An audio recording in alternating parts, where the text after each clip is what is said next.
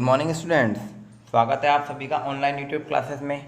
मैं अंकित सोनी आज आपके सामने लेकर आया हूँ क्लास 11th का सेकंड चैप्टर से कुछ टॉपिक जो कि हमने पिछली क्लासेस में भी डिस्कस किया था। अकाउंटिंग एजम्पशंस की बात की जा रही है। आज हम उसी को कंटिन्यू करते हुए अगली एजम्पशन पढ़ने जा रहे हैं जिसका नाम है principle of dual aspect. Yes student, तो प्रिंसिपल ऑफ ड्यूअल एस्पेक्ट क्या होता है इसके बारे में अपन बात कर रहे हैं। The principle state that every business transaction has two aspect.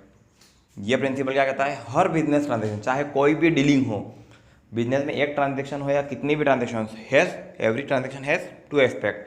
Her transaction के दो प्रभाव होंगे। कौन कौन सा? Debit and second is credit.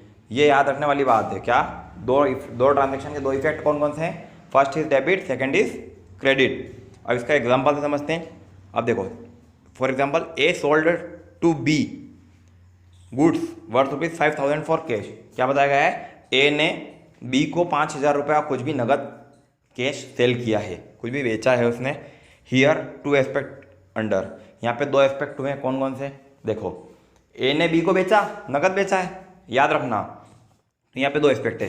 एक तो क्या ए ने बेचा है तो ए को पैसे मिले हैं, कितने रुपए मिले हैं? तो 5,000 रुपये मिले हैं, तो receiving cash 5,000।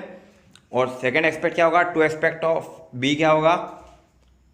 Out going of cash. क्या हुआ? एक तो ए के पास पैसा आया और दूसरा प्रभाव क्या हुआ? बी के पास से पैसा गया। एक और एस्पेक्ट क्या हुआ? अगर ए ने पैसे लिए, समझना बात, ए के पास पैसे आए थे तो ए के पास से कुछ गया भी था, गुड्स गया था, सामान बेचा था, तो ठीक है। तो ए के पास क्या हुआ है? पैसा आया है और गुड्स गया है।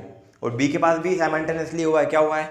कि पैसा गया है और गुड्स आया है, इनकमिंग ऑफ गुड्स 5,000 का। अब आगे देखते हैं। If sell to B worth ₹5,000 on credit. ये ट्रांजेक्शन तो इसके पहले वाली तो हमने कैश की बात करी थी। अब क्या हुआ? क्रेडिट की बात कर रहे हैं, उधार की बात कर रहे हैं। Two aspect for A and B. अब यहाँ पे भी दो एस्पेक्ट होंगे। कैसे? एक तो ए के पास राइट आ जाएगा, क्या कि उसने जो बी को क्रेडिट सेल किया है उसके पास वो राइट है कि वो उससे 5,000 रुपये ले। और दूसरा एक और क्या हुआ उसके बाद? Out going of goods. एक तो उसके पास एक राइट मिल गया है, उसको अधिकार मिल गया है कि बी से उसको 5,000 रुपये लेना है। और दूसरा एक और एस्पेक्ट क्या हुआ उसका? कि उसके पास से 5,000 का गुड्स गया है। सेम एज इट इज अगर अपन बी की बात करते हैं तो बी में क्या होता है? लाइबिलिटी ऑफ पेमेंट 5,000 टू ए। और उसके बाद एक लाइबिलिटी तैयार हो गई यहाँ पे बी की, क्या कि वो ए को 5,000 रुपये पे करेगा। और दूसरा उसके पास इनकमिंग ऑफ गुड्स 5,000। और दूसरा उसके पास 5,000 रुपये का सामान आया है। समझ में आ रही ना? फॉर एग्जाम्पल हम किसी किराना शॉप पे जाते हैं कैश परचेस करने के लिए, एक बाथिंग शॉप है ना, तो उसमें क्या होता है? हम जाके शॉपकीपर को पे करते हैं। फर्स्ट ट्रांजेक्शन क्या हुआ? Out going of cash. और सेकेंड इज क्या होगा? वो शॉप हमको देगा, मतलब इनकमिंग ऑफ गुड्स। ये इस टाइप से ट्रांजेक्शन होती है। Okay, in other word every debit aspect has a corresponding credit. मतलब क्या कहता है? जो डेबिट है उसका क्रेडिट होगा ही होगा, कॉरस्पॉन्डिंग क्रेडिट होना ही है। And every credit aspect has corresponding debit aspect. और हर क्रेडिट का एक डेबिट एस्पेक्ट होगा। मतलब जो डेबिट हुआ है उसका क्रेडिट भी होता है और जो क्रेडिट हुआ है उसको डेबिट भी करते हैं। Okay, if an item is loss for one party it will certainly B profit for other party. मतलब अगर एक पार्टी को लॉस हो रहा है तो उसकी अदर पार्टी जो सामने है उसको प्रॉफिट होना, ये फाइनल है। One loss is gain of others. If there is buyer there must be seller also. अगर कोई खरीदने वाला है मतलब कहीं ना कहीं कोई बेचने वाला भी है। अगर किसी को प्रॉफिट हो रहा है तो पक्का किसी को लॉस भी हो रहा है। मतलब टू एस्पेक्ट हो रहे हैं ना, समझ में आ रहा है? If goods have been receive from someone the goods must have been sent to others. अगर आप किसी से गुड्स ले रहे हो तो फाइनली किसी को दे भी रहे हैं। ये प्रिंसिपल ऑफ ड्यूअल एस्पेक्ट कहता है। क्या कहता है? कि हर ट्रांजेक्शन का आपको दो इफेक्ट मेजर करना है। समझ में आया? अगला एस्पेक्ट पढ़े, अगला प्रिंसिपल पढ़े। अगला प्रिंसिपल होता है principle of full disclosure.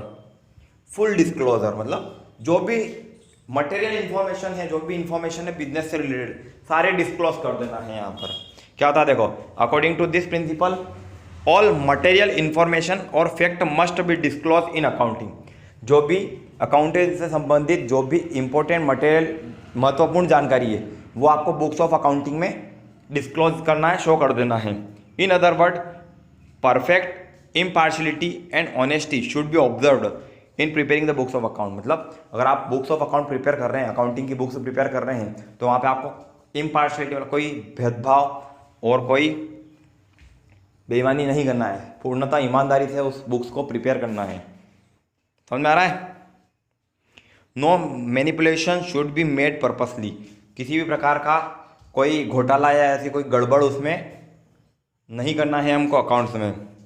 Here material information और फैक्ट मीन्स, अब यहाँ पे मैंने मटेरियल इन्फॉर्मेशन यूज़ किया था। मटेरियल इन्फॉर्मेशन का अर्थ क्या होगा?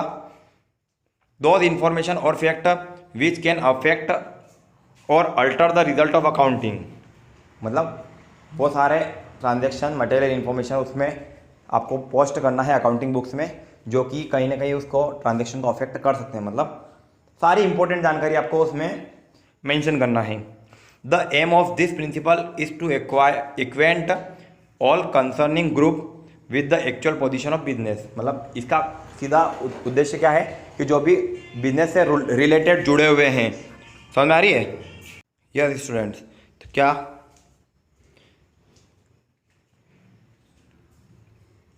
Full disclosure of information does not however mean that secrecy of business is leaked out.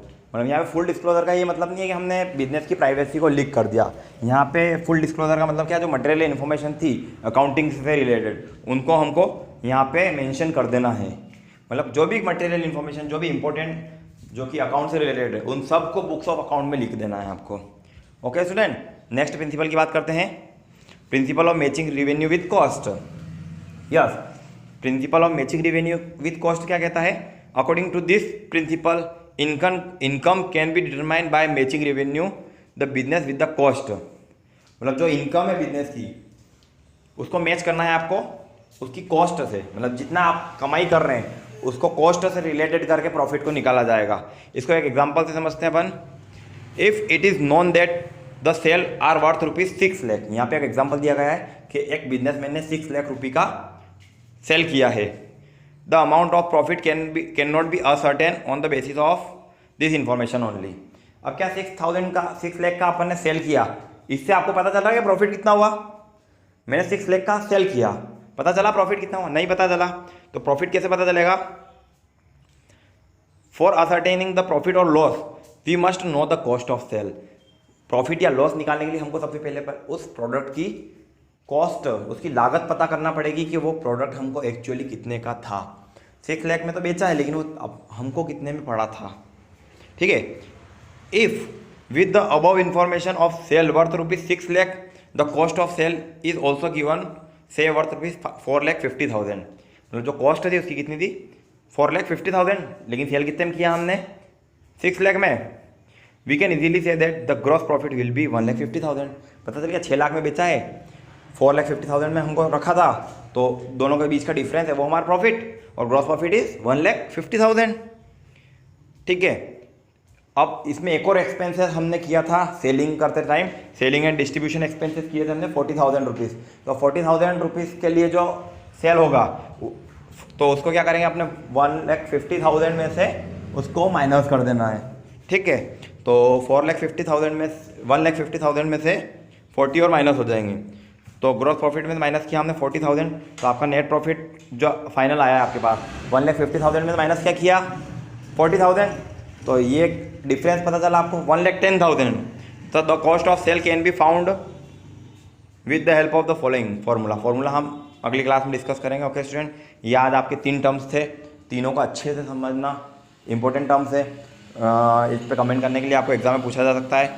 Okay, अब अपन नेक्स्ट क्लास में फिर मिलते हैं।